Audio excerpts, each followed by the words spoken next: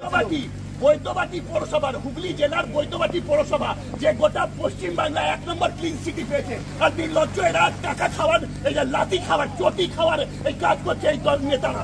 ওখানে dead body 2 ঘন্টা ধরে ভিজছে, কারণ অন্ধ্রে যে সাইক্লোন এসছে সেই সাইক্লোনের প্রভাবে এখানে একটা হঠাৎ বৃষ্টি শুরু হয়ে যাওয়ার জন্য আজকে এরকম একটা যারা মরা পোড়াতে এসেছিলেন তারা অপ্রীতিকর অবস্থায় পড়েছিলেন, কিন্তু তার জন্য অঝোরে বৃষ্টিতে ভিজছে সব দেহ, তার মধ্যেই চলছে সৎকারের ব্যবস্থা।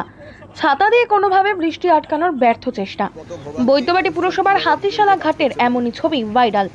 বিজেপির অভিযোগ, হাতিশালা ঘাট সংস্কারের জন্য কোটি কোটি টাকা স্যাংশন হয়েছে, অথচ কোনো সেট বানানো হয়নি। মৃতদেহ সৎকার করতে এসে চরম সমস্যায় পড়ছেন মানুষজন। মানুষের শেষ যাত্রাতেও শান্তি নেই শাসক তৃণমূলের জন্য। কাটমানি আর টাকা খাওয়ার সরকার এই সরকার।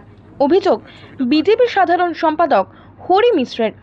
এই ঘটনার সামনে আসতেই বৈদ্যবাটি পুরসভার চেয়ারম্যান হাতিশালা ঘাটে যান। তিনি বলেন, কেএমডিএ এর প্রকল্পে 2,90,00,000 টাকায় হাতিশালা ঘাটের সংস্কারের কাজ চলছে।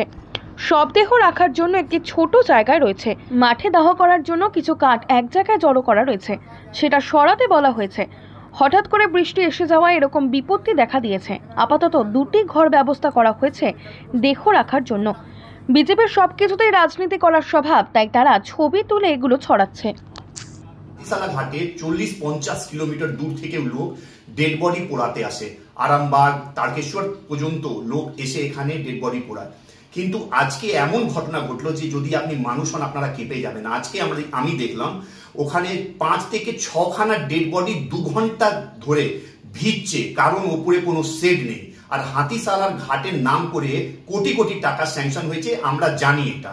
তা সত্ত্বেও 5 খানা ডেড বডি 2 ঘন্টা ধরে ওখানে ভিজছে, আর সাধারণ মানুষরা কান্নাকাটি করছে। আমি দেখলাম যার মা মরে গেছে সে ছাতা নিয়ে নিজের মায়ের মুখটা ঢেকে আছে যাতে বৃষ্টির জল তার মায়ের মুখে না যাক।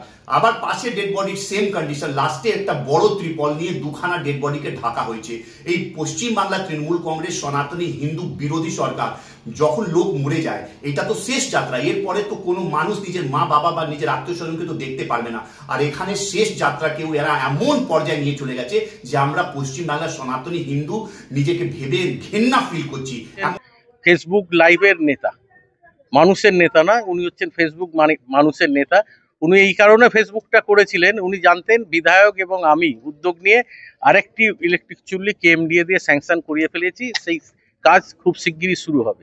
সেই সময় একটা ফেসবুক করেছিলেন, আজকেও একটা ফেসবুক করেছেন যে আমাদের এইটা স্যাংশন হয়ে যাওয়ার পর কেএমডিএ আমাদের থেকে সাইট চেয়েছিলেন। উনি ফেসবুকে বলেছেন নাকি পৌরসভা কোটি কোটি টাকা কাটমানি খাচ্ছে। এই কাজটা পৌরসভা করবে না, এই কাজটা করবে কেএমডিএ স্যাংশন করার পর কেএমডিএ আমাদের চিঠি দেয় যে আমাদের সাইট দেওয়া হোক। সেই মতন আমরা হেভি মৌসুম চলছে, তার জন্য আমরা এই প্রোগ্রামটা রেখেছি। কালী পুজোর পর আমরা এইটাকে ভেঙে ওদের সাইট দেওয়ার জন্য এই জায়গাটা ভেঙে আমরা পরিষ্কার করেছি, এবং তার ডেড বডি এসে থাকার জন্য একটা সাবস্টিটিউট জায়গাটাও তৈরি করছি, যেখানে আমাদের অলরেডি সেট আছে। সেইখানে কাঠের যে পোড়ানো হয়, কাঠ রাখা হয় যে গোডাউনটা, সেই গোডাউনটা আমরা শিফটিং করাচ্ছি, যেখানে এসে বডিগুলো থাকবে।